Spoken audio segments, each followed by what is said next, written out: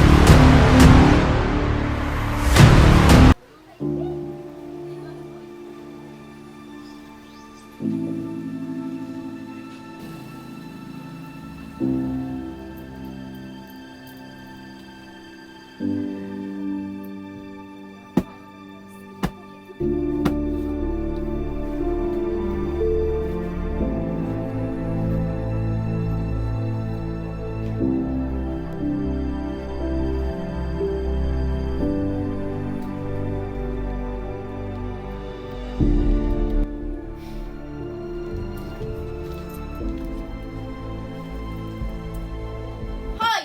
Gumising ka nga! Ano naman ba yun? Ano na naman to? Di ba napag-usapan na natin to? Sinabi ko sa'yo nakakasama to sa'yo. Ano ang pakialam mo? Di ba sinabi ko sa'yo huwag mo papakialaman? Paano hindi pa kailaman? Sabihin mo nga sa akin, kung ikaw hindi ka naaawa sa sarili mo, maawa ka naman sa mga anak mo. Ate, nag-aaway na naman kayo ng mama at papa. Hayaan mo na lang sila, huwag mo na lang sila pakinggan. Ako nang bahala sa kanila.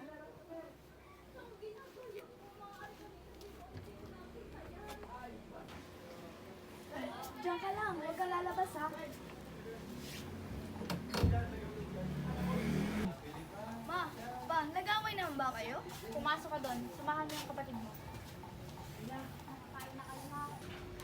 Ay, muna ako. Nakakarindi sa bahay na to.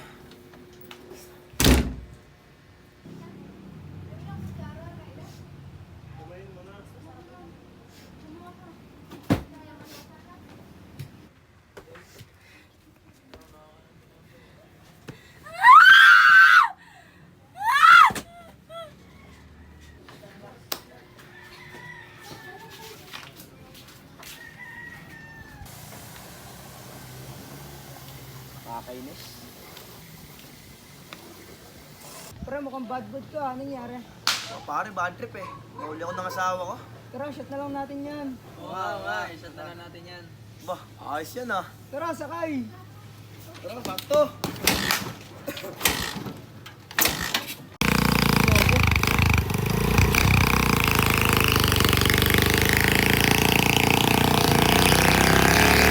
Para, ano ba nangyari? Nakakit nga pare.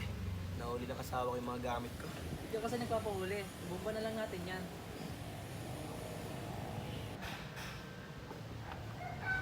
Oy, pre! Shot ka muna! Pare, siya to. Ayos to. Pare, nagkakasiyahan. Shot ka muna! Konting kasiyahan lang pare.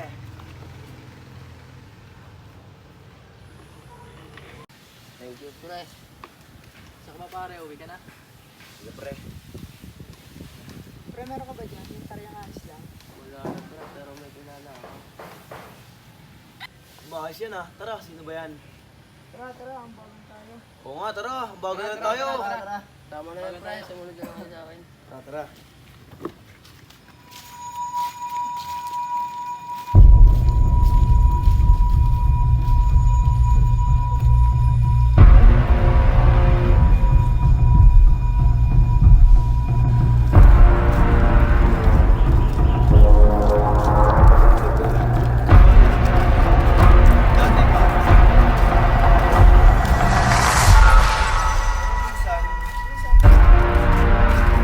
Tignan mo, naging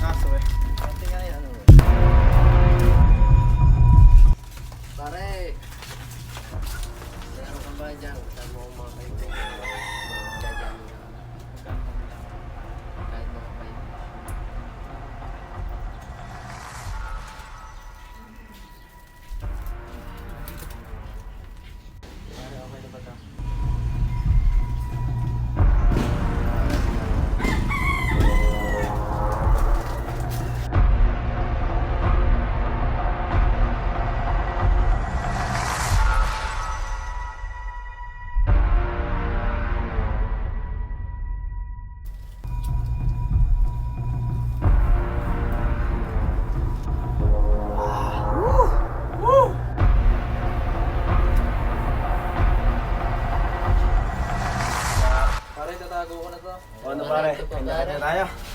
So, turuin ko ito mamaya. Pare. Wala, team ako ka. Sige. Ano pare? Kanya-kanya muna tayo. Pare. Good shit, good shit.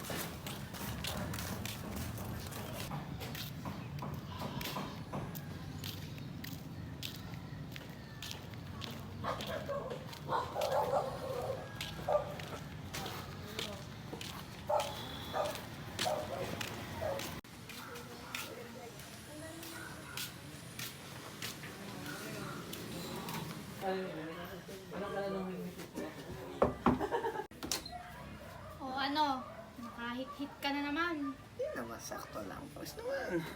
Matulog ka na nga. Ito naman, daan.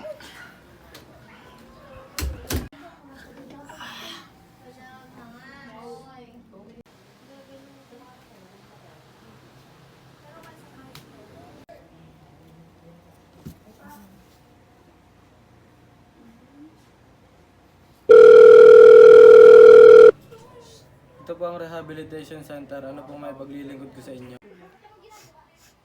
Gusto ko po sana magpatulong sa inyo tungkol sa asawa ko. Kahit po mahirap at masakit para sa akin, gusto ko po muna sana iparehab ang asawa ko kahit 3 buwan lang po. Mrs., sigurado na po ba kayo sa inyong desisyon? Oo, sigurado na ho ako sa aking naging desisyon. Para rin naman po to sa ikabubuti niya eh.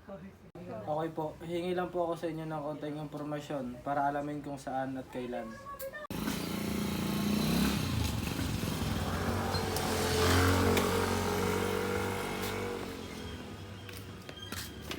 Tao po! Tao po!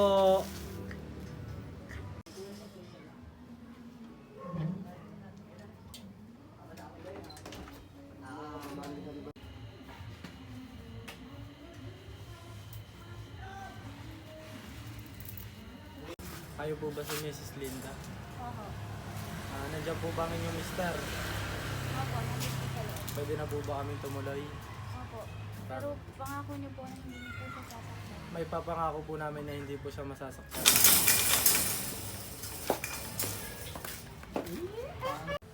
Dito po.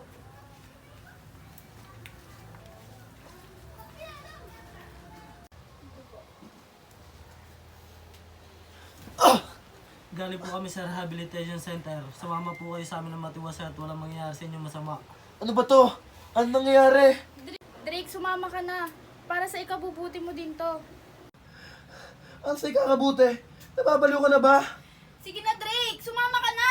Sumama na kayo, sir. Hinihintay na kayo ng rehabilitation. Aray po.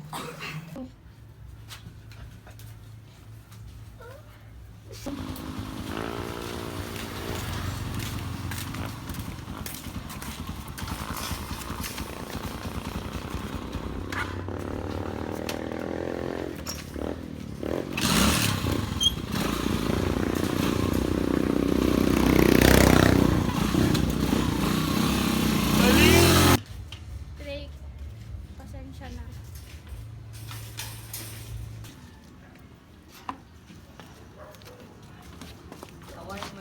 Boy, doon ka muna. Bumalik ka doon.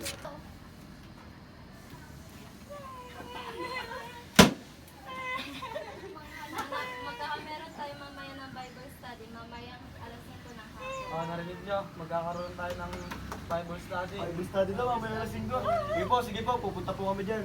Okay, sir. Samahan nyo na sila. Dito po kayo, sister.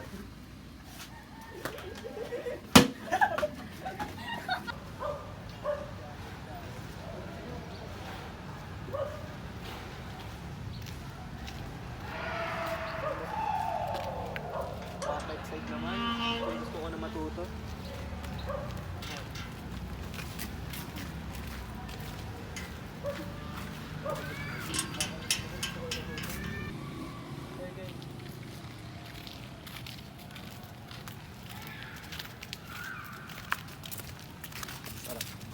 Magsitayo po tayo lahat at mananalangin po tayo.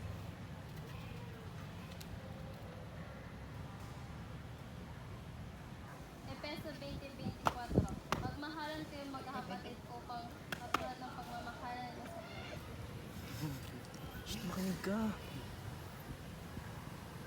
Isa pa. Maraming salamat po sa inyong pakikinig.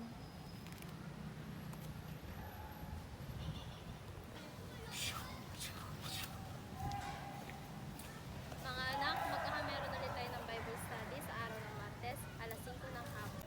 Sino po ang nais mag-volunteer ng ating pagdadasal sa araw ng Martes alas 5 ng hapon? Sister, ako po. Gusto ko po magdasal, sister. Sige anak, ikaw na ang naka-assign sa araw ng Martes sa pagdadasal.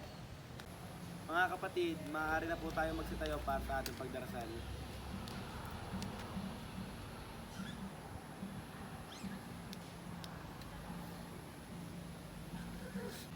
Panginoon, maraming salamat po sa araw na binigay niyo sa amin para sa aming mga pagbabago.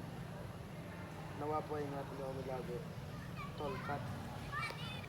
Mga kapatid, sabi nga sa Romans 8 hanggang 28, all things work together for good to them that love God, to them who are the called according to His purpose.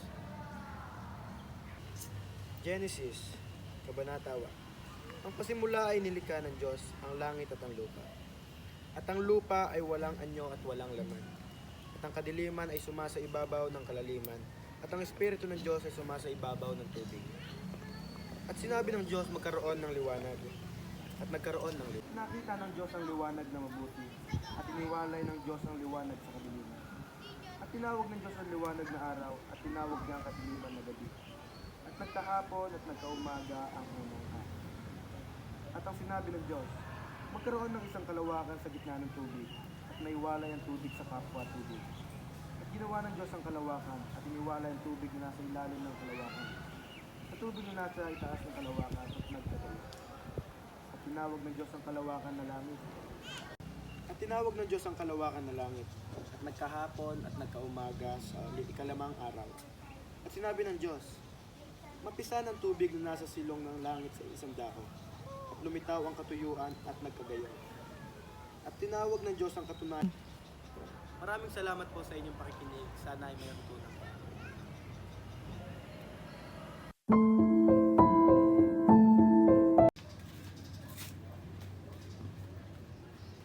Talo ka, boy. Ano ba? Sitigil kayo. May maganda akong balita sa'yo, Drake. Laya ka na. Maaari mo na makasama ang iyong pamilya. Seryoso, sir? Seryoso ako. Magpaalam ka na sa iyong mga kasama. Okay, sorry ha. Salamat po, sir. Pag-iingat ka.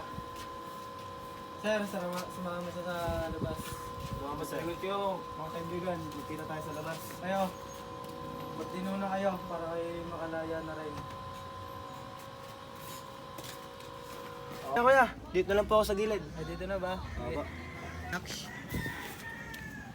Kaya, magkano po? 35 lang, boss. Pero po. Ito po. Eh, wala akong pare, boss. Ay, wala po. Sige po, okay na po yan. Thank you. Yay!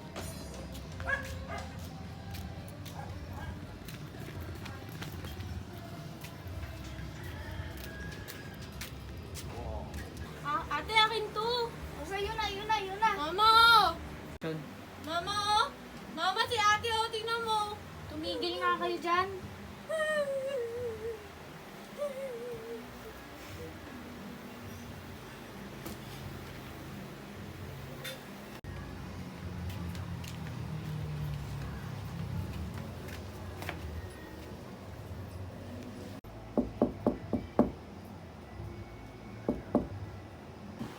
Mama, may kumakatok ko. May tao ata. Bilisan mo. Ikaw na. Tinutulog ako. Ito na, may ginagawa ako. Mama, si Papa. Oh, anak, kamusta kayo? Okay lang po. O Drake, nakalaya ka na pala. Kailan pa? Ngayon lang din. Pinakita ko lang na gusto ko na magbago. Tingnan mo na. Mag-uusap tayo. Okay, sige. Dami na palang pinagbago dito, no?